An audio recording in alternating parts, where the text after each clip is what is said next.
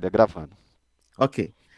Irmãos, deixa eu comentar uma coisa com vocês aqui, ó. O capítulo 12 de Apocalipse, ele começa a mostrar que por trás daquilo que a gente vê neste mundo, desse conflito todo entre a igreja, não é, e a humanidade caída, a gente percebe no capítulo 12 que há uma realidade por trás disso tudo, uma realidade espiritual. Há os bastidores, vamos dizer assim, disso tudo, não é? Há uma guerra, irmãos, entre principados e potestades, entre anjos, não é? Então, muitas pessoas pensam só naquilo que a gente está vendo aqui, né? A superfície, mas por trás disso tudo há um conflito espiritual, não é uma guerra, demônios, satanás, anjos, arcanjos e tudo, e a gente vê isso aqui com mais clareza no capítulo 12. No versículo 1, eu falei para os irmãos aqui uma imagem da igreja, né, que ela é descrita, viu-se grande sinal no céu, versículo 1, a saber, uma mulher vestida do sol. Eu falei para os irmãos, para poder enfatizar a glória dessa mulher, né? Assim como lá em Apocalipse capítulo 1 diz que o rosto de Cristo, ele brilhava como o sol no seu fulgor. Aqui diz que a mulher é vestida do sol, para enfatizar a glória dela, com a lua debaixo dos pés. A lua é um dos dois grandes luminares, não é? É só olhar Gênesis capítulo 1. O sol e a lua são os maiores luminares. Então, colocar a lua debaixo dos pés dessa mulher é colocá-la assim acima de uma coisa na criação que para muitos deve ser adorado. Olha só que coisa louca, né? Muita gente na antiguidade adorava o sol, a lua, os astros. Até hoje, gente que segue astrologia, fica adorando planetas, essas coisas tudo, né? Na antiguidade já havia isso. E aqui essa mulher é descrita como tendo a lua debaixo dos pés. Olha só, deve ter sido um choque, né, para aquelas pessoas que adoram coisas da criação, né, irmãos? Adoram a natureza, chegam até a dizer: vamos ver, o universo está conspirando, né? Irmãos, deixa eu falar uma coisa para vocês, olha. Esse negócio, o universo, isso, o universo, aquilo, irmãos, o universo faz parte da criação de Deus. Você não pode colocar sobre os ombros do universo a decisão sobre o que acontece no mundo, sobre o que acontece sobre a minha vida e a tua. O universo é simplesmente criação. Ah, mas o universo é grande demais e tal. Mas é criação. O universo é um conjunto de planetas, de estrelas. É criação de Deus. Não tem uma mente inteligente, não dá para governar nada, não dá para decidir nada, tá entendendo? Então tem gente que fica aí com essas besteiras. Ah, o universo conduz, o universo não sei o quê. Isso tudo é criação, rapaz. Deixa eu falar besteira. Mesma coisa, a natureza conspirou, a natureza planejou, a natureza é criação, rapaz. Natureza não tem inteligência, não. Então, essas coisas que as pessoas falam, falam por quê? Falam porque estão debaixo do pecado. Sabe, o ser humano debaixo do pecado, natureza caída, fica falando besteira, colocando a criatura no lugar do Criador. É por isso que Romanos 1, o apóstolo Paulo já denuncia isso aí, né? Eles estão tão perdidos que já estão colocando a criatura no lugar do Criador, né? Mas aqui no versículo 1 já desmistifica isso tudo logo. Logo dizendo, a própria lua, que para vocês é uma coisa assim, né? Nossa, é um dos dois grandes luminares, está debaixo dos pés da igreja. E aí fala, ó, debaixo dos pés da igreja, e ela tem uma coroa de 12 estrelas na cabeça. Por quê? Porque ela nasceu para reinar. A igreja nasceu para reinar. Ela vai reinar com Cristo. Já está escrito isso aí. O número 12 é o número do povo de Deus, eu já falei para vocês. Né? Vai para o versículo 2. Ela se acha grávida, grita com as dores de parto, sofrendo tormentos para dar luz. E eu já expliquei também. Por quê? A igreja, como povo de Deus, é dela que viria o Messias, né? Lá em Gênesis capítulo 3, por ocasião da queda, Deus falou para a mulher: o teu descendente vai esmagar a cabeça da serpente, né? E a serpente, ela vai ferir o calcanhar dele. Então, desde que Deus anunciou isso lá em Gênesis capítulo 3, que Satanás ele fica agoniado querendo saber qual o momento de surgir o Messias para ele tentar acabar com ele. Tá entendendo? Acabar com a missão dele, acabar, cortar logo na raiz. Satanás pensava assim: olha, toda vez que nascer alguém que parecia que é o Messias, eu vou dar um jeito de acabar com ele. Então, logo que surgiu os primeiros filhos, Caim e Abel, você já vê ali Caim, macomunado com Satanás, matou o irmão. Quem sabe o Abel não seria o Messias? Quem sabe, né? Então, Satanás já fica assim agoniado, e toda vez no decorrer do Velho Testamento você vê essa busca de Satanás em torno do Messias, querendo eliminá-lo. Eu citei aqui o caso de Joás, né, que a Atalia lá, a avó, queria eliminá-lo, e aí ele foi protegido. Ah, será que ele é o Messias? Lá no Novo Testamento, no começo do Novo Testamento, quando os magos lá vieram, e aí Herodes, eu quero adorar a criança, me fala aí onde é que ela está e tal, quando na verdade ele queria eliminar o Messias. Satanás, com certeza, por trás de muita coisa ali, né? Mandou matar as crianças de 2 anos para baixo, não conseguiu. O Messias está aí. Versículo 3. Viu-se também outro sinal no céu, e eis um dragão grande, vermelho, com 7 cabeças, 10 chifres, e nas cabeças 7 diademas. Eu falei para os irmãos, quem é o dragão? Não há dúvida, Satanás, não é? 7 cabeças, enfatizando a inteligência, porque o 7 é o número de totalidade, completude, né? 10 chifres, já falei para os irmãos que o chifre no Velho Testamento era símbolo de força, de poder, não é? Imagina a imagem do touro, né? Quando você olha para o touro e vê os chifres dele, já sabe, ali é a força dele, é o poder dele, né? Não é à toa que no Velho Testamento muitos reis eram descritos como chifres, né? Chifres grandes, chifres pequenos. Vai lá em Daniel, aquele ali com chifre, depois vai dizer que era o rei da Grécia. Por quê? Símbolo de força, de poder, né? E na cabeça 7 diademas, porque Satanás, embora ele não seja soberano, né? Mas ele tem os seus domínios. Tem os seus domínios. A Bíblia diz que ele é o Deus deste século, diz que o mundo jaz no maligno, né? Que ele cega a humanidade. Então, Satanás tem a sua influência. A gente não pode negar isso, né? Então, ele tem um reino, vamos dizer assim, né? Mas não podemos esquecer que mesmo esse reino de Satanás, ele só tem por causa do propósito divino. Nada existe, nada acontece, ninguém tem poder nenhum se não for dentro do propósito divino. Então, até esses domínios de Satanás é porque Deus tem um plano nisso aí, né? Então, fala que tem 7 diademas, ele tem poder, ele reina, sim, mas debaixo da soberania de Deus, né? É isso que os neopentecostais esquecem, né? E veem como se Satanás tivesse um governo, uma influência independente. Independente. Isso a gente não pode aceitar, né?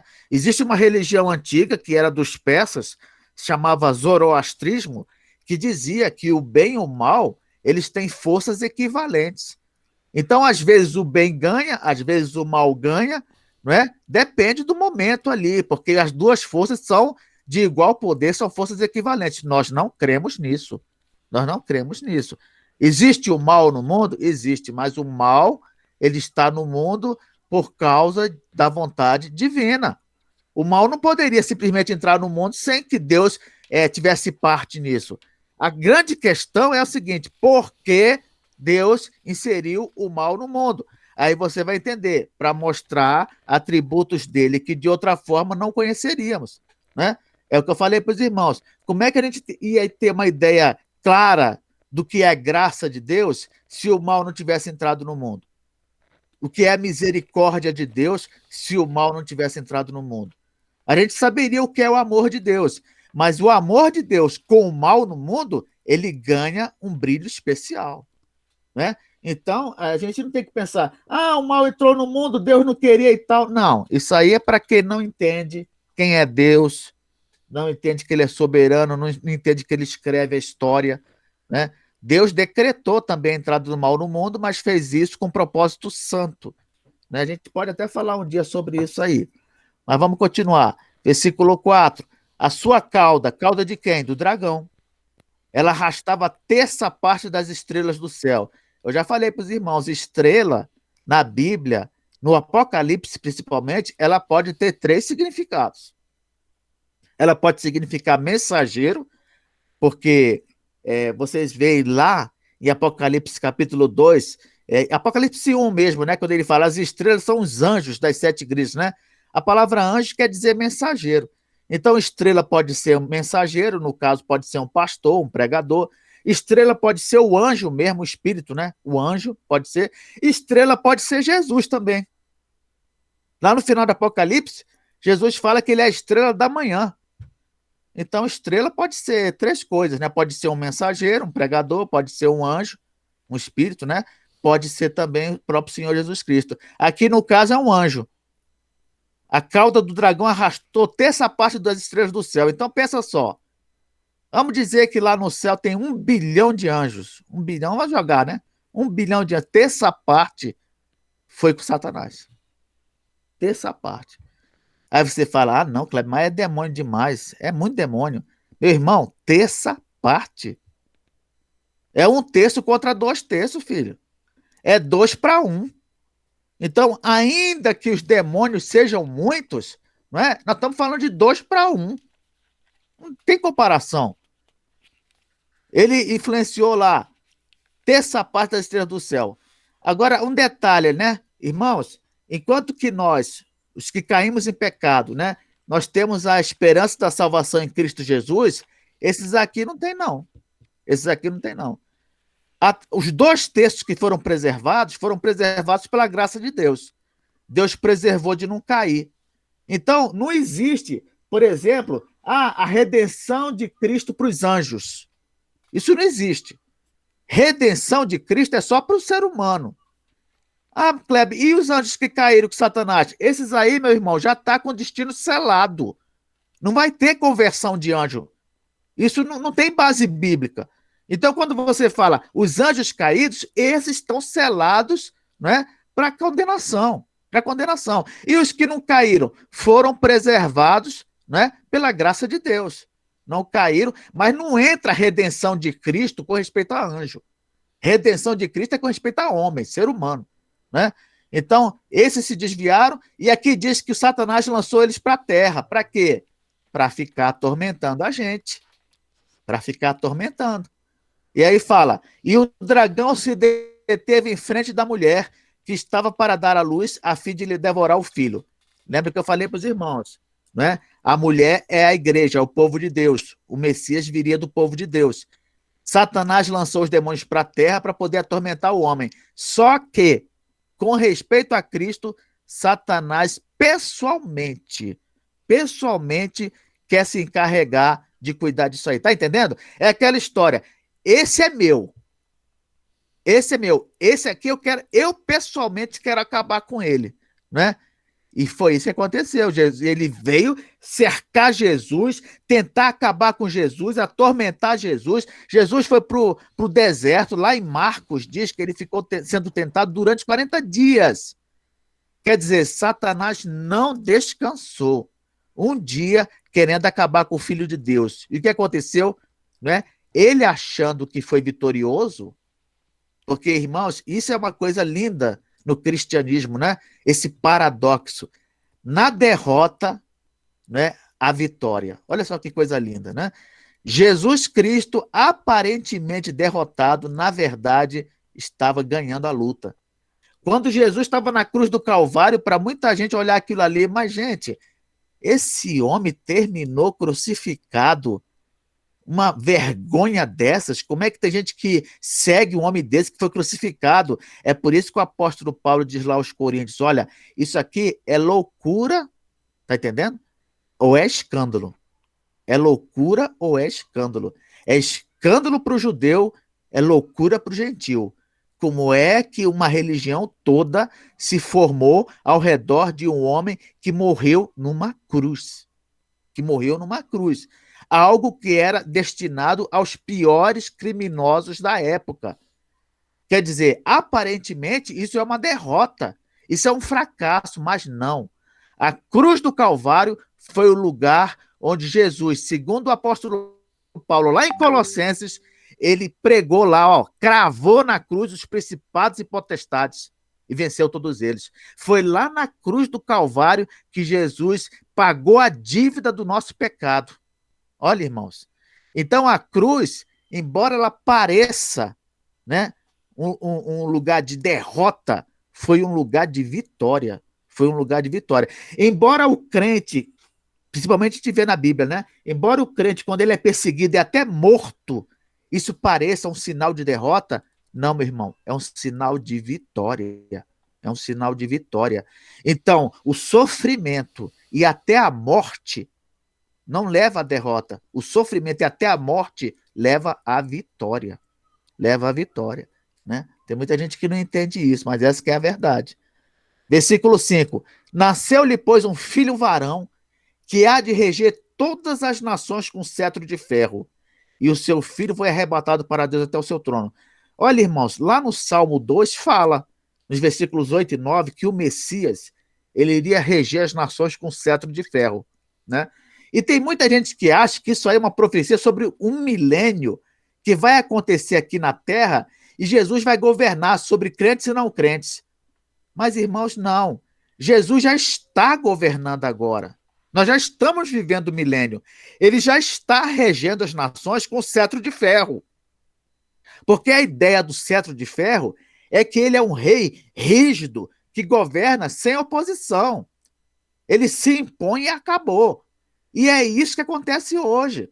Não é porque a gente não está vendo, né, com os olhos, assim, vendo visivelmente, Jesus governando, Jesus reinando, mas é isso que está acontecendo, meu irmão. É isso que está acontecendo. Cabe ao crente simplesmente crer nisso. Crer nisso. Ah, Cleber, você quer dizer então que Jesus está reinando com cetro de ferro agora, está governando, está comandando tudo, conduzindo tudo? É isso mesmo. É isso que eu estou falando. Jesus já está governando com cetro de ferro, já está comandando e está conduzindo tudo para a consumação. Lá em Mateus 28, versículo 18, é o próprio Jesus quem fala: toda autoridade me foi dada no céu e na terra. Ah, mas naquele dia da tentação, Satanás falou assim: eu vou te dar todos os reinos, se prostrado, me adorares. Ah, que piada! Satanás, ele só tem alguma autoridade porque o próprio Deus concedeu essa autoridade para ele. Ele agora vem querer barganhar com uma autoridade que ele tem debaixo do controle de Deus. Irmãos, Satanás não pode fazer nem o que ele quer com o que é dele, meus irmãos. Não pode fazer nem o que ele quer. Por exemplo, ele não tem autoridade para dar nada do que Deus concedeu a ele, não. Isso quem decide é Deus. Quem decide é Deus. E no final Jesus fala: toda autoridade me foi dada. Ponto. Versículo 6. Vamos continuar aqui. A mulher, porém, fugiu para o deserto, onde lhe havia Deus preparado lugar para que nele a sustentem durante 1260 dias. O que eu tenho falado para os irmãos sobre esse período aqui? Olha só. O Apocalipse, ele cita esse período de três formas diferentes. Ou ele fala em dias, ele fala 1260 dias. Ou então ele fala em meses, ele fala 42 meses. Ou então ele fala em tempo. Ele diz assim, ó, um tempo, né, tempos, no plural, e metade de um tempo. Se você considerar tempo como ano, é como se ele estivesse dizendo, ó, 3 anos e meio. Aí quando você vai para o papel e calcula, você vai ver o seguinte, ó, 3 anos e meio, 1260 dias ou 42 meses é a mesma coisa. É a mesma coisa. É um período simbólico que se refere a toda essa era da igreja. Todo esse período entre a primeira e a segunda vinda de Cristo. Então, o que está falando o texto? A igreja, ela vai para o deserto, é como se fosse a vida dela aqui na terra, olha só. Está sendo descrito como se fosse um deserto, onde Deus preparou um lugar e ele fica sustentando a igreja. Aí você fala, mas Kleber, por que está descrevendo a vida da igreja nesse mundo como ela estando no deserto? Meu irmão, é o seguinte, lembra quando o povo saiu lá do Êxodo, lá no Êxodo, e ele foi para o deserto? Irmão, a nossa vida neste mundo é a mesma coisa. A gente vive aqui num deserto. Por que num deserto? Porque no deserto você vive dependendo de Deus toda a sua vida. toda a sua vida. A nossa vida neste mundo é uma vida de dependência de Deus. Se a gente não aprender a viver dessa forma, irmãos, aí vai dar ruim. Vai dar ruim, tá entendendo? Então você tem que aprender a viver na dependência de Deus. É por isso que a Bíblia diz o seguinte, ó, o justo, ele tem que viver pelo quê? Pela fé. O justo tem que viver pela fé. Ah, mas eu consegui um emprego bom e eu tenho uma certa estabilidade, então eu vivo nessa confiança, né? Porque eu tenho uma estabilidade. Está errado. Está errado. Não importa a segurança que o mundo te dá, meu irmão. Está errado. Você tem que aprender a viver na dependência de Deus, você sendo rico ou sendo pobre. Sendo rico ou pobre. Ah, mas o sujeito, ele é bilionário, então ele confia naqueles bilhões que ele tem. Está errado. Está errado. O mesmo Deus que dá é o Deus que pode tirar. Você sabia disso? Ah, mas eu tenho saúde, eu tenho confiança porque eu tenho saúde. Está errado. A saúde que você tem agora, você pode perder. Então, o caminho da vitória neste mundo é viver na dependência de Deus. Viver na dependência de Deus. Não importa a situação que você esteja vivendo, você está vivendo num deserto. No deserto, você não tem nada. Pelo contrário, você está cercado de perigos, escorpiões, falta de alimento, calor escaldante de dia, frio insuportável à noite. Você precisa de alguém, precisa de ajuda. É por isso que essa imagem do deserto ela é perfeita. Por quê? Porque ali a gente precisa do sustento de Deus, do cuidado de Deus. Assim como o povo de Israel, quando estava lá no deserto, ele precisou de Deus para ter sombra, né? Para ter sombra de dia, aquela coluna de nuvem, né? Daquele sol terrível. De noite, precisou daquela coluna de fogo para se aquecer, porque os irmãos sabem que no deserto ali são os extremos, né? De dia é um calor insuportável, de noite é um frio insuportável. Então, de noite, tinha coluna de fogo. Ah, mas onde é que vai comer no deserto? Aí Deus providenciou codorna, Deus providenciou maná, Deus fez brotar água da pedra. Você está vendo? Então é isso. A vida nesse mundo é uma vida de dependência de Deus. Quem não aprendeu isso ainda, vai aprender na marra. Na marra. Então aqui vai ser sustentado durante todo esse período. Aí começa a falar no versículo 7, mostrar um pouco, né? Descortinar o que está por trás disso tudo aí, ó. A luta espiritual. Versículo 7. Houve peleja no céu.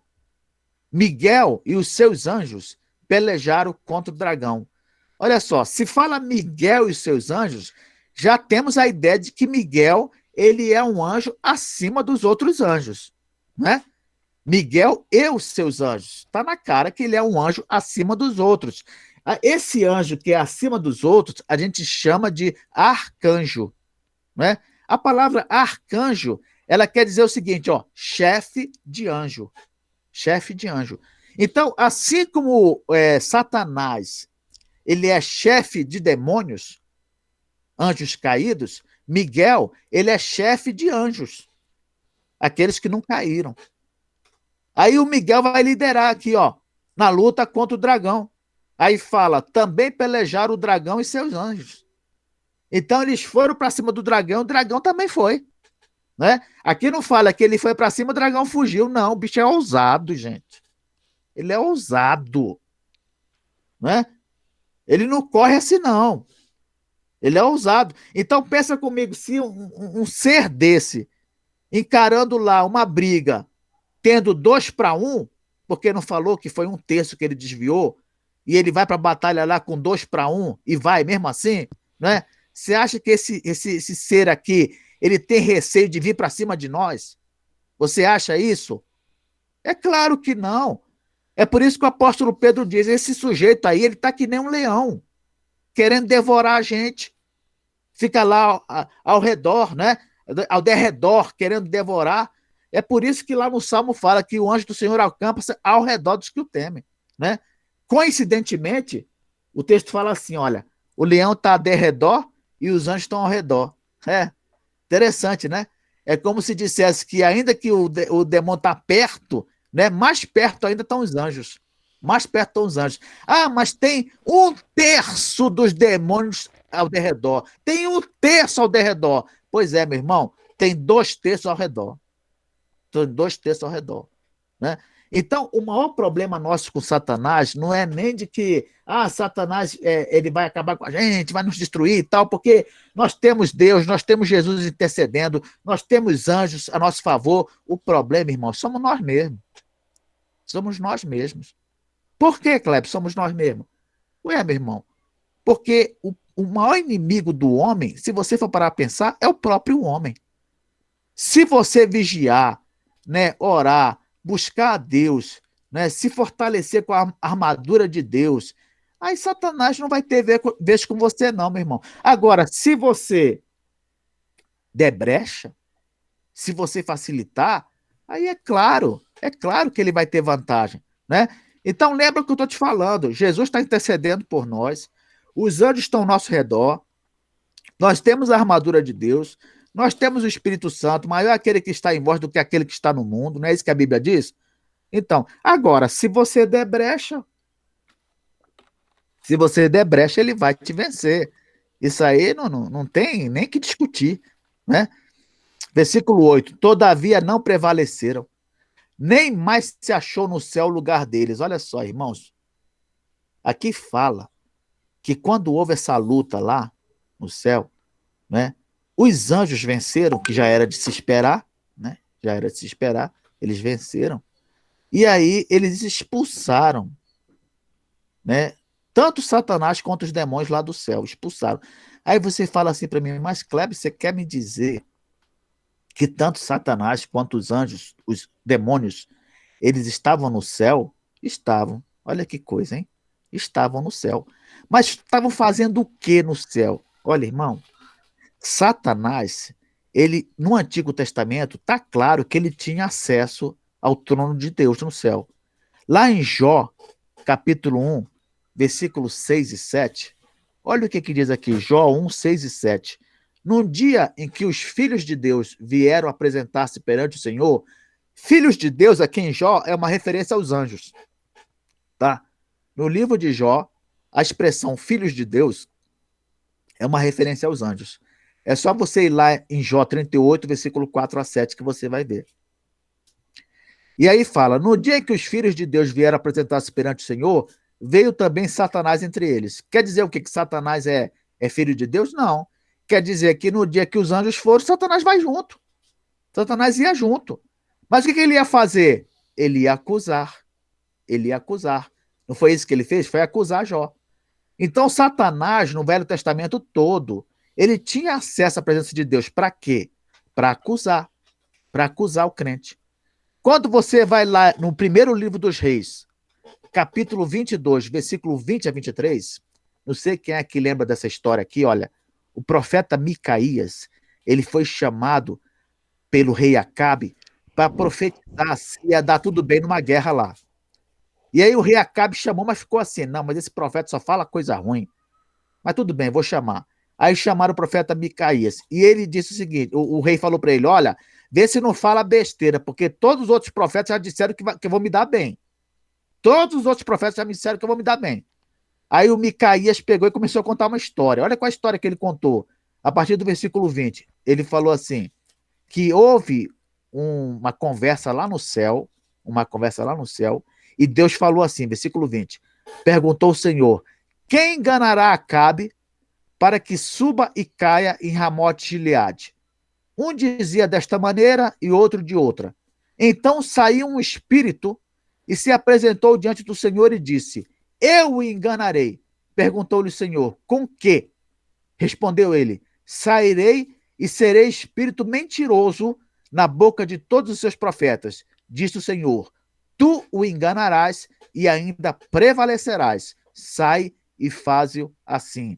Eis que o Senhor pôs o espírito mentiroso na boca de todos estes teus profetas. Então, irmãos, olha só, esse anjo, esse espírito que apareceu e falou para Deus, eu vou ser o espírito mentiroso, Vocês acham que esse anjo é anjo caído ou é anjo santo lá, perfeito? Vocês acham o quê? É um anjo caído, gente. É um demônio. Ele se apresentou lá e falou assim: olha, eu vou ser o espírito mentiroso. Aí Deus falou assim: então vai. Então, o que a gente entende disso? No Velho Testamento, tanto Satanás quanto os seus anjos caídos, eles ainda tinham acesso à presença de Deus.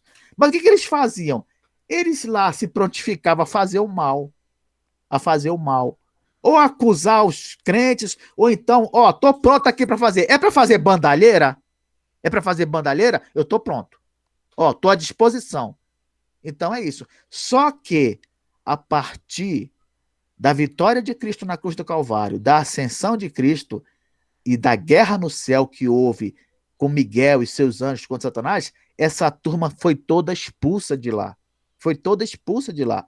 Aí você fala, então você quer dizer que hoje Satanás não fica mais lá no céu acusando o crente? Exatamente. É isso que eu estou falando. Ele não está mais tendo acesso à presença de Deus para ficar acusando o crente. Desde o momento em que Jesus subiu ao céu à destra do Pai e intercede por nós, meu irmão, acabou para Satanás. Acabou para Satanás. É por isso que lá em Romanos capítulo 8 diz assim: quem os acusará? Aí ele responde: é Deus quem o justifica.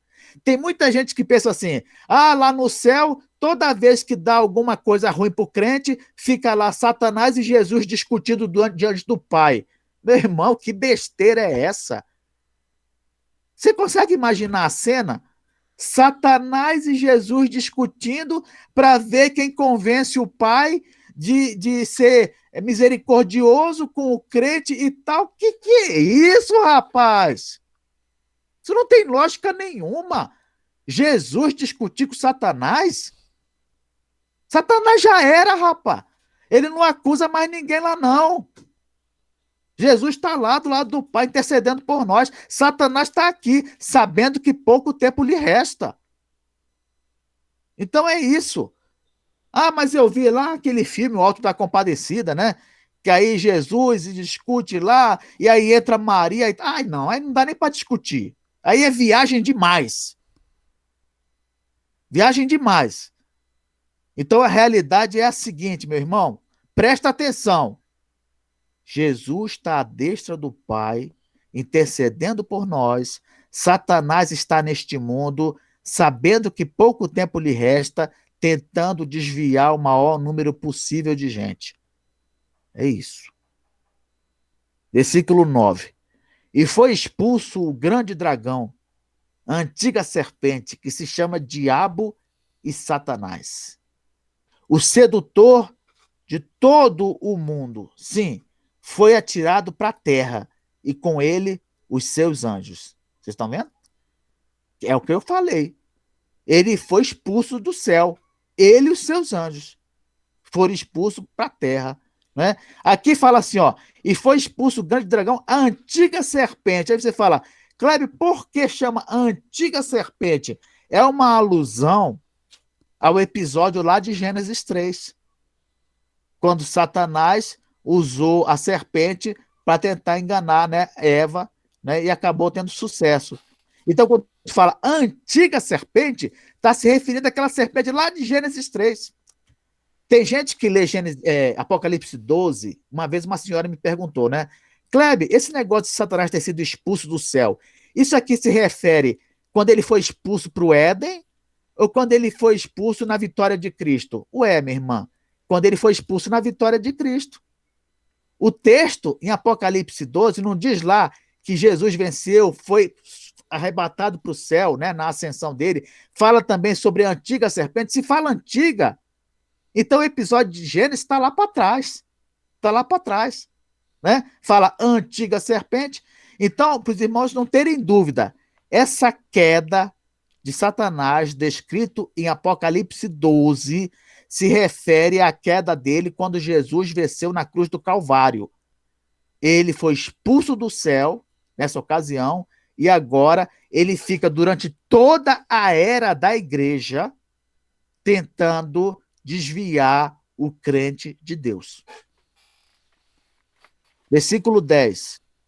Então, ouvi grande voz do céu proclamando: agora veio a salvação, o poder, o reino do nosso Deus e a autoridade do seu Cristo, pois foi expulso o acusador de nossos irmãos. Olha aqui o que eu falei para vocês.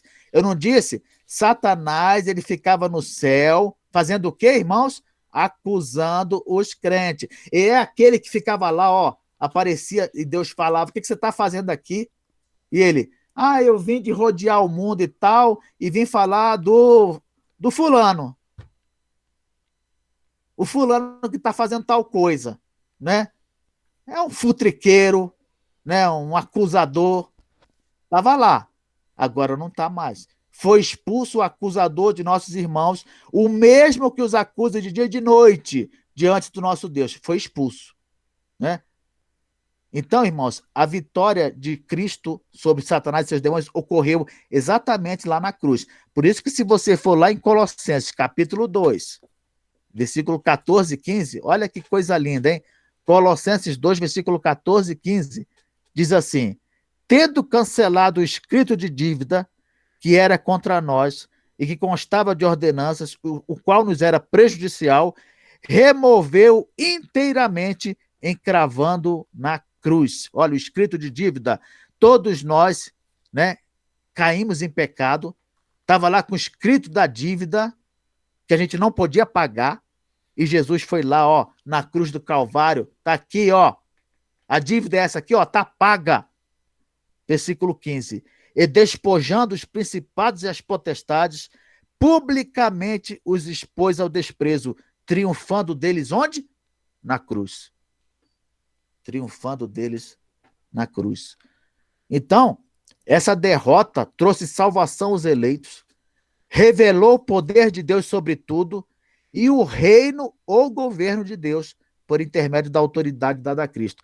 O que você percebe disso aqui, meus irmãos? Você percebe o seguinte, ó, enquanto que o mundo ele não vê Cristo reinando, ele não vê, mas Cristo está reinando. Nós sabemos disso, não é? E uma demonstração desse governo de Cristo foi nessa hora aqui, ó. Foi nessa hora. Agora Satanás não tem mais acesso a Deus para acusar os crentes. E Jesus intercede por nós. Olha que beleza, né?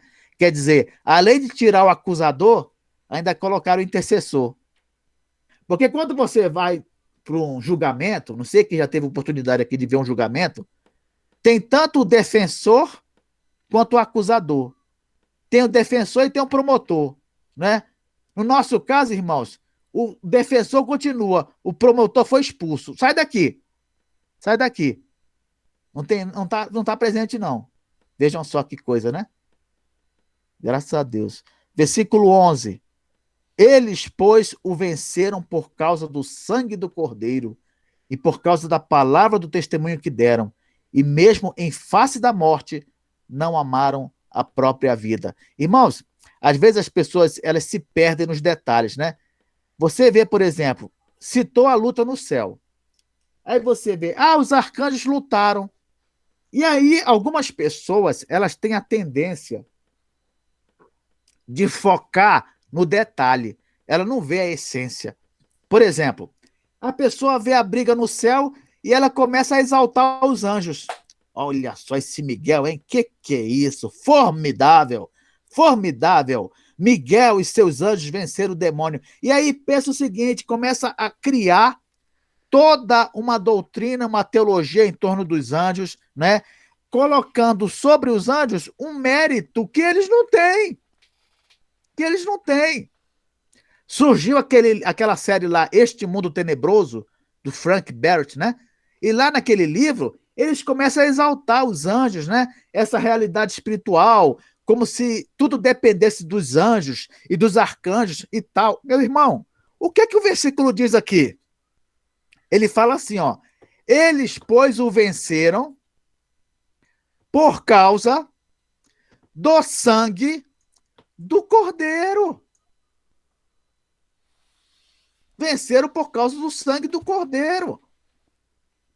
Vocês acham, meus irmãos, que os anjos... mas era 2-1, Kleber. Meu irmão, não perca de vista a essência da coisa, não é? A vitória, ela está no sangue do Cordeiro. Está no sangue do Cordeiro. A gente não pode perder isso de vista. A vitória não está em mérito angelical, não está no esforço humano. Não, a vitória está no sangue do Cordeiro. É por isso que você, quando estiver conseguindo as coisas na vida, quando estiver prosperando, quando estiver bem, né, não perca isso de vista. Não foi por causa de um golpe de sorte, não foi por causa que você é muito inteligente, não foi por causa que você tem toda uma condição. Não, meu irmão. É Cristo. É Cristo, né? Os católicos, eles idolatram Maria, mas lá no episódio de Caná da Galileia, quando os homens foram atrás de Maria pedir ajuda, porque tinha acabado o vinho, ela que não era besta nem nada, ela falou assim: eu não, ele. Você está entendendo? Ela não falou assim, ó, não, deixa que eu dou conta disso aqui, que eu sou, né, a mãe de Deus. Não, não falou nada disso. Quando vieram pedir ajuda, olha, acabou o vinho, ela falou assim, eu não, ele, vai até ele. Vai até ele. E é isso que muita gente perde de vista. Procura o mérito em coisas que não tem mérito nenhum. É Cristo, meus irmãos, tudo é Jesus. Tudo é Jesus, você não pode perder isso de vista. Tá bem? Jesus, graças a Deus. Obrigado, Senhor. Ah, conseguiu uma vitória ali? Obrigado, Senhor. Estou bem de saúde? Obrigado. Conseguiu um emprego? Obrigado. É tudo Jesus, meu irmão. É tudo Jesus. Venceram por causa do sangue do Cordeiro. Aí fala, ó, e por causa da palavra do testemunho que deram. Aí às vezes a gente pensa, ah, mas aqui quer dizer então que o mérito é do ser humano. Irmão, deixa eu falar uma coisa para você. O próprio apóstolo Paulo, ele diz o seguinte, ó, não há nada que tenhamos que não nos tenha sido dado. Você sabia disso? Não há nada que tenhamos que não tenha sido dado. O que a gente pode oferecer a Deus que não foi dado a nós primeiro? Ah, por que uma pessoa ela testemunha de Cristo? Por quê? Porque ela resolveu testemunhar de Cristo? Não. Porque Cristo te escolheu, te chamou e te capacitou. É por isso. Ah, por que uma pessoa ela teve uma sacada, né? Ela foi inteligente, ela pensou em tal coisa. Meu irmão, quem foi que te deu inteligência para pensar nisso?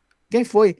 Então a gente percebe, nós, principalmente nós que somos reformados, nós percebemos que ainda que haja um aparente mérito humano, por trás disso, a gente vê o quê? A graça de Deus.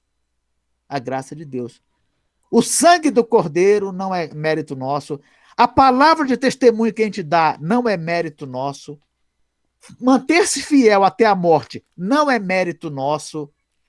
Tudo é graça, meu irmão, tudo é graça. É essa que é a grande verdade. É essa que é a grande verdade. É por isso que não cabe arrogância. Não cabe arrogância. Tem gente que pensa assim, ah, mas esses reformados pensam que sabe tudo. Esse pessoal aí, né, os protestantes acham que sabe tudo. Né? Esse pessoal de Calvino segue Calvino. Não, meu irmão. É justamente porque a gente tem plena ciência da soberania de Deus, do que é graça, que a gente tem certeza que a gente não sabe. A gente não sabe. O mérito é todo dele, a glória é toda dele, né? O recurso é todo dele, a suficiência é toda dele. É por isso que o apóstolo Paulo também diz, ó, a nossa suficiência, ela vem de quem? De Cristo. A nossa suficiência vem de Cristo. Ele fala também assim, ó, porque ele realiza em nós, ele opera em nós, tanto querer quanto realizar. O que você entende disso tudo? Você entende que, na verdade, tudo vem dele. Tudo vem dele. Uma vez uma pessoa falou assim para mim, Kleber, às vezes eu acho estranho que Deus, né, ele busca sempre a glória dele e tal, né? Isso parece assim uma coisa meio egocêntrica. Deus busca toda a glória, sempre busca a glória dele e tal. Deixa eu falar uma coisa para vocês, meus irmãos. Olha só como é que acontece. O que é justiça? Justiça é dar a cada um que lhe é devido. Não é isso? Isso é justiça. Se a pessoa é culpada por um crime, o que é justiça? Justiça é condenar. Ela é culpada. Se a pessoa é inocente, o que é justiça? Justiça é absolver. Ela é inocente. Então, justiça é dar a cada um que lhe é devido. Se Deus busca a glória para si, se Deus ele sempre busca a glória dele, isso nada mais é que uma questão de justiça. Ah, você quer dizer então que toda vez que Deus busca se exaltar, ele está sendo justo? É isso mesmo. Se um ser humano busca a sua própria exaltação, aí não, aí está errado. Porque o que é o ser humano? Agora, se Deus busca a sua própria exaltação, aí está tudo certo. Por quê? Porque ele merece mesmo. Ele merece. Ele é digno de toda a honra, de toda a glória, de todo o louvor, de todo o poder. Então não tem nada errado aí. Não tem nada errado. Deus tem que buscar a sua glória mesmo. Vocês estão entendendo? Porque ele é justo. E isso é justiça. Versículo 12. Por isso, festejai, ó céus, e vós, os que neles habitais. Ai da terra e do mar, pois o diabo desceu até vós, cheio de grande cólera, sabendo que pouco tempo lhe resta. Olha só, quem está no céu, quem está no céu, festeja, né, irmãos? Quem está no céu. Olha o contraste entre a igreja triunfante e a igreja militante, né? A igreja triunfante, a igreja que já está no céu, está na glória, é só alegria. É só alegria. Felicidade, gozo eterno, né? Ô coisa boa, né, irmãos? Ô coisa boa. É a igreja triunfante. E a igreja militante, Kleber? A própria palavra já diz, a igreja militante, ela está militando. Ela está lutando, ela está batalhando. Ah, meu irmão, é perrengue, é perrengue. É briga, é relação, né? Então a pessoa fala assim: ah, mas esse Jesus, eu fico sofrendo aqui. Meu irmão, você não entende uma coisa básica na vida cristã. Nós somos igreja militante. Nós não estamos aqui para passear, não, meu irmão. Nós não estamos passear, não. Tem gente que pensa que a vida do crente aqui vai ser flores. O que Jesus falou? O servo não é maior do que o seu senhor. Irmãos, antes da coroa veio a cruz. Antes de Jesus assentar à destra do Pai, ele primeiro foi cravado na cruz. Aquele que quiser me seguir, tome a sua cruz. Ah, mas eu não gosto de ouvir esse papo, não. Esse papo aí é derrotista. Meu irmão, isso é Bíblia. Isso é Bíblia. Não é negócio de papo derrotista, não. Isso é Bíblia. Todos os que querem viver piedosamente em Cristo Jesus sofrerão perseguições. Em Atos capítulo 14, quando o apóstolo Paulo está voltando, após ter feito a sua primeira viagem missionária, diz lá em Atos 14, que ele passava pelas igrejas que ele tinha acabado de fundar, para poder avisar as igrejas que através de muita tribulação importa entrar no reino dos céus. Então, esse negócio de teologia da prosperidade, né, vai ser tudo beleza e tal, isso aí não existe na Bíblia. Não existe na Bíblia. O apóstolo Paulo foi advertindo, ó, vai vir problema aí, viu? Vai vir problema. Quando ele estava na praia lá, chamou os presbíteros de Éfeso, o que foi que ele disse para eles? Olha, quando eu estava com vocês, eu fiz lá o que eu pude. Mas vai vir lobo aí, vai querer devorar os cordeiros e se prepara. Se prepara. Então, a igreja triunfante lá na glória é uma coisa, meu irmão. É uma coisa. Tá lá com Jesus, tá tudo bem, maravilha, né? Agora a igreja militante é outro papo. É outro papo. Ah, mas Kleber, eu não tenho sofrido nada até agora. Meu irmão, então anda de joelho. Anda de joelho, agradecendo, você não está sofrendo nada, né? Já pensou? Você passar aqui por essa vida sem sofrimento, né? Tudo belezinha, belezinha, e ir para o céu? Ah, meu irmão, isso aí, ó, poucos viveram essa experiência. Enoque, que a gente lembra agora que cita, né? Enoque, que foi trasladado. Nem Elias, que foi trasladado também, teve essa experiência. Por quê? Enquanto Elias viveu neste mundo, ele também sofreu. Ele também sofreu. Viveu fugindo, ficou escondido no deserto. Teve uma hora que ele teve tanto medo que ele pediu a morte para si, né? Entrou dentro da caverna. Então, até Elias, que foi trasladado, também, como Enoque, né? Mas Elias também sofreu. Então, meu irmão, falar assim, Kleber, eu sofro nessa vida e tal. O que que você esperava? O que que você esperava? Se nós estamos, mesmo assim, contando com a graça de Deus e tendo muitos momentos bons, amém. Glória a Deus.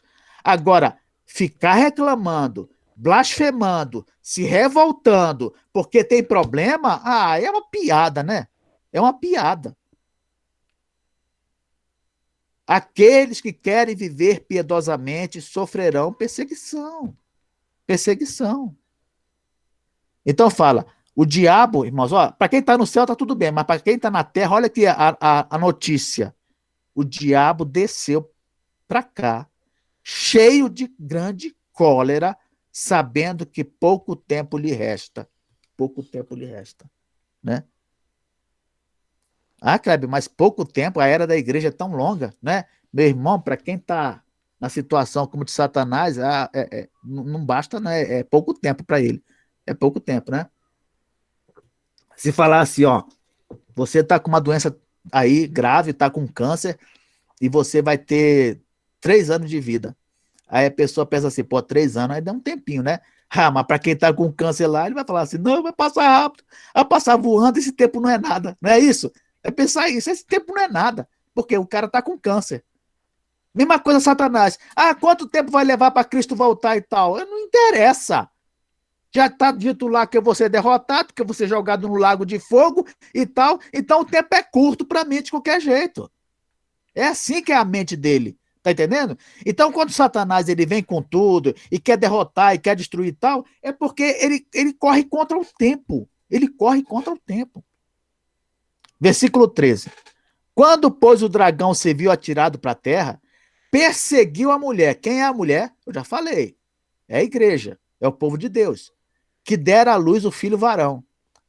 Então, ele está aqui nesse mundo e está atrás da igreja. Está atrás da igreja. Versículo 14. E foram dadas à mulher as 2 asas da grande águia, para que voasse até o deserto, ao seu lugar, aí onde é sustentada durante um tempo. Olha aqui, a expressão de novo. Considere esse tempo como se fosse ano, né? Um tempo, tempos, no plural, é 1 ano, 2 anos, e metade de um tempo, meio ano, 3 anos e meio. Fora da vista da serpente. Olha o que acontece. Quando Satanás vem com gosto de gás para cima da igreja, de repente, milagrosamente, é dada à igreja 2 asas da grande águia para que voasse até o deserto, ao seu lugar, onde é sustentada. Então, irmãos, primeira coisa que você tem que entender é o seguinte: Deus não nos deixa sozinhos. Deus não nos deixa sozinhos. Essa menção aqui das 2 asas que foram dadas à mulher para voar para longe, para escapar do primeiro ataque, porque é o seguinte, quando a pessoa vem com raiva, com ódio, né, a tendência é que o primeiro ataque seja o pior. Porque depois, com o tempo, vai baixando mais a raiva, né? Então, no primeiro momento, Satanás foi lançado na terra, vai para cima da igreja, de repente vai, Deus livra a mulher. Quer ensinar o quê?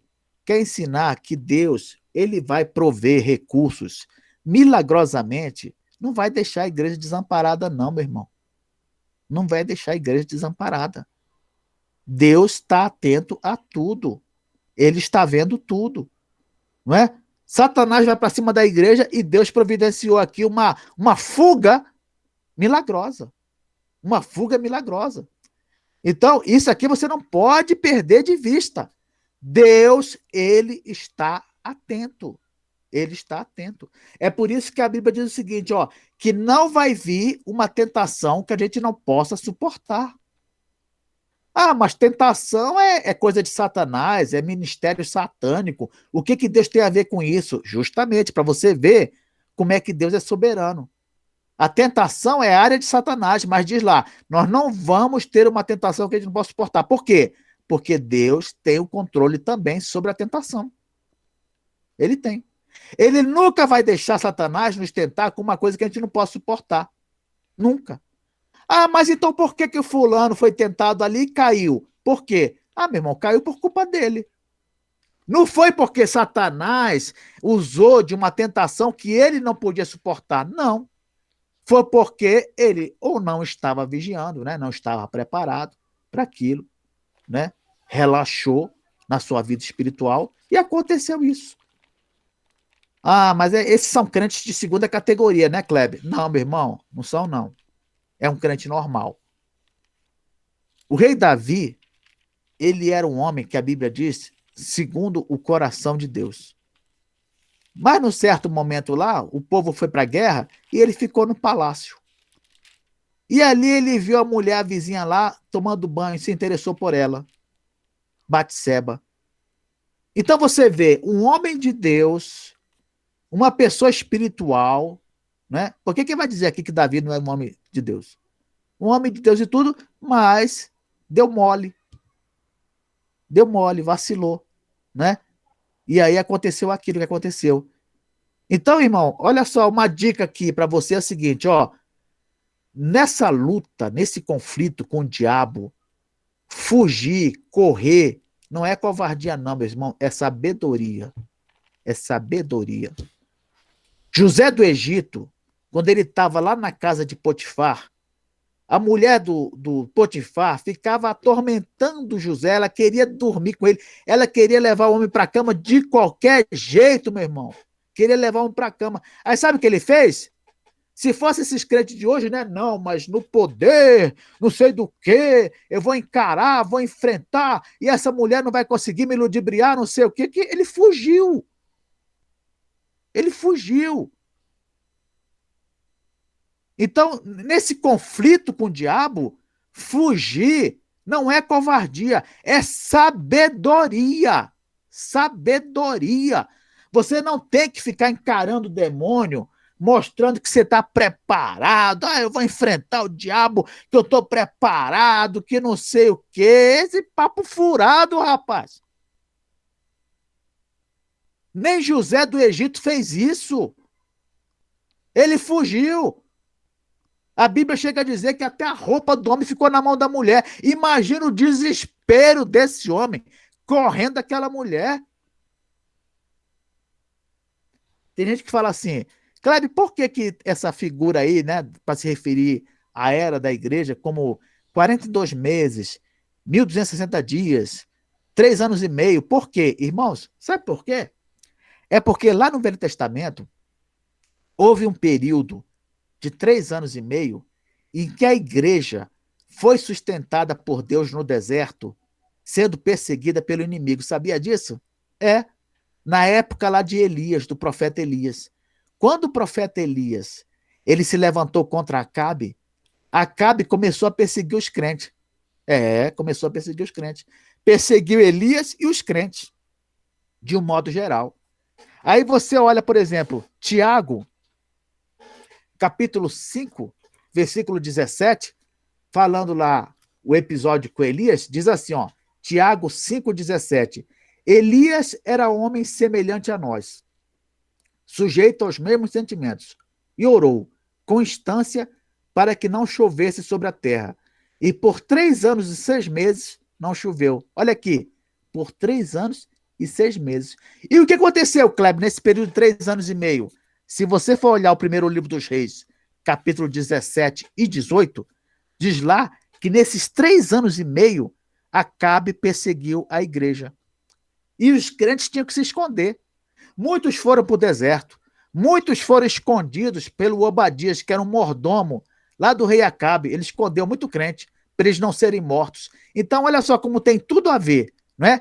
3 anos e meio em que a igreja se escondeu no deserto e que ela foi sustentada por Deus milagrosamente e o inimigo perseguindo, querendo matar. Pois é, eles pegaram essa figura lá do Velho Testamento e trouxeram para o Apocalipse. Por isso que quando você vê 42 meses, 1.260 dias, 3 anos e meio, se refere ao mesmo período. É um período em que a igreja é sustentada por Deus contra os seus inimigos. É a era da igreja. É a era da igreja. Ô, bênção. Olha, irmãos, aqui fala também a frase fora da vista da serpente não quer dizer que o crente está escondido de Satanás, não, meu irmão, tá? Não quer dizer isso, não. Essa expressão fora da vista da serpente quer dizer que ele está fora da mira da serpente. Né? Imagina aqui um alvo parado que ele está na mira. Está na mira de alguém que vai atirar, de alguém que vai atacar, de alguém que vai matar, né? Vai pôr fim à sua existência. Isso nunca vai acontecer com a igreja. Nunca vai acontecer. Quando a Bíblia diz que Apocalipse está fora da vista da serpente, da mira da serpente, quer dizer que ele não vai ser um alvo fácil para ser atacado. Porque, irmãos, a Bíblia nos garante: nada pode nos separar do amor de Deus em Cristo Jesus. Lá em Romanos 8, versículo 38 e 39, fala exatamente isso. Nem a morte poderá nos separar do amor de Deus que está em Cristo. Versículo 15, olha só. Então a serpente arrojou da sua boca, atrás da mulher, água como um rio, a fim de fazer com que ela fosse arrebatada pelo rio. Kleber, o que significa esse rio aqui? Irmão, imagina a cena. A mulher foi levada para o deserto. Qual é a maior necessidade que uma pessoa tem no deserto? Me fala. É água. Água. É água. É a maior necessidade que ela tem. E aí, o que Satanás arroja da sua boca? Água como um rio. Então, como é que a gente pode interpretar isso? Irmão, aqui é a tentação, é a sedução. Ah, mas quem é que vai resistir num deserto a um rio? Quem vai resistir? Pois é, vocês estão entendendo? Então aqui, esse rio, ele simboliza toda a sedução e tentação de Satanás para poder querer desviar a igreja, para desviar o povo de Deus. Não é? Ah, mas eu estou no deserto, de repente eu olho um rio. Quem é que não vai querer? Vocês lembram que lá no Velho Testamento, quando o povo começou a sentir sede, já começou a haver um levante. Queriam briga, aquele negócio todo. Foi preciso tirar a água da pedra, literalmente. O povo estava ficando revoltado. Mas aqui não, aqui é Apocalipse, ó. A serpente, da boca dela, sai o quê? Água como um rio. Eita, quem vai resistir, hein? Quem vai resistir? Né? Aí Deus novamente intervém. Versículo 16. A terra, porém, socorreu a mulher, e a terra abriu a boca e engoliu o rio que o dragão tinha arrojado de sua boca. Aí você fala, nossa, aconteceu um milagre. É, meu irmão, vai ter só assim mesmo, entendeu? Só assim mesmo. Quando a coisa pegar mesmo, Satanás usar de tudo, tentação, sedução e tudo, Deus age milagrosamente para impedir que a gente caia definitivamente em tentação. Você está ouvindo? Deus age milagrosamente para impedir que o crente caia definitivamente em tentação. É possível um crente desviar? É possível temporariamente. Temporariamente. Definitivamente, não. Isso não. Então, como é que a gente pensa? A gente pensa o seguinte: vamos dizer que o fulano desviou. Ah, esse fulano não é eleito porque ele desviou. Não, você não sabe. Você não sabe. Pode ser que até o final da vida dele ele se reconcilie com Deus. Você não sabe. Se ele for um eleito mesmo, isso vai acontecer. Quando Davi desviou, ele estava lá, adulterou e tudo, fazendo coisa errada e tal, mas depois Deus tinha um propósito na vida dele e ele voltou. Deus mandou lá o profeta Natan chamar a atenção de Davi e Davi voltou. Então, irmãos, Deus, ele vai prover recursos, nem que seja uma coisa sobrenatural. Aqui no caso, a descrição é a seguinte: o rio veio, a terra socorreu a mulher. A terra abriu a boca e engoliu o rio. Isso é o quê? Isso é intervenção divina, meu irmão. Isso é intervenção divina. Deus vai dar um jeito. Deus vai dar um jeito. Agora, desviar definitivamente não tem como. Não tem como. E no versículo 17, né? No versículo 17, para terminar, fala assim: irou-se o dragão contra a mulher e foi pelejar com os restantes da sua descendência, os que guardam os mandamentos de Deus e têm o testemunho de Jesus, e se pôs em pé sobre a areia do mar. Olha só, vou explicar duas coisas para vocês aqui. Ó. Primeiro, quando o dragão, na primeira investida, ele não conseguiu derrotar a mulher, aí ele pensa que ele desistiu? Não. Quantos mais vierem da mulher, eu vou atrás, eu vou atacar. Quem são os restantes da descendência da mulher? Irmão, cachorro só gera cachorro, gato só gera gato. Igreja só gera o quê? Crente. Crente.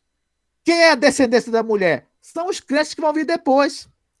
Ah, mas no primeiro século Jesus venceu, a igreja foi perseguida. E o diabo parou? Não, não parou e nem vai parar. Depois veio mais crente e o diabo vai atrás. Mais crente e o diabo vai atrás. Ah, no século XXI tem crente? É a descendência. O diabo vai atrás. O diabo vai atrás. Ele não parou. Ele está animado do mesmo jeito que ele estava no início, está animado até hoje para nos devorar, para acabar conosco. E aqui, esse capítulo 12, ele termina de uma forma assim, enigmática, né? Porque diz assim, ó, e se pôs em pé sobre a areia do mar. Por que isso? Irmãos, a gente vai ver no capítulo 13 que ele vai invocar do mar um companheiro para ajudar nas maldades. Ele vai invocar do meio do mar um companheiro para ajudar nas maldades. Sabe aquela história? Tá difícil, né? Pegar essa turma aqui tá difícil, pois eu vou invocar aqui alguém que vai me ajudar. Quem é esse? É o anticristo. Vamos ver isso no próximo capítulo. Que Deus nos abençoe. Amém, muito obrigada. Amém. Amém, Kleber, obrigado. Irmãos, terminando aí, não vamos esquecer o que está lá na bem-aventurança, quando o Senhor Jesus disse, bem-aventurados que sofrem perseguição por causa da justiça, porque deles é o reino dos céus. Bem-aventurados sois vós quando vos injuriarem, perseguirem, mentirem e disserem todo mal contra vós por minha causa. Exultai e alegrai-vos, porque grande é o vosso galardão nos céus, porque assim perseguiram os profetas que foram antes de vós. Então, igreja e sofrimento andam juntos. Mas também a nossa vitória em Cristo está declarada. Essa é a nossa esperança.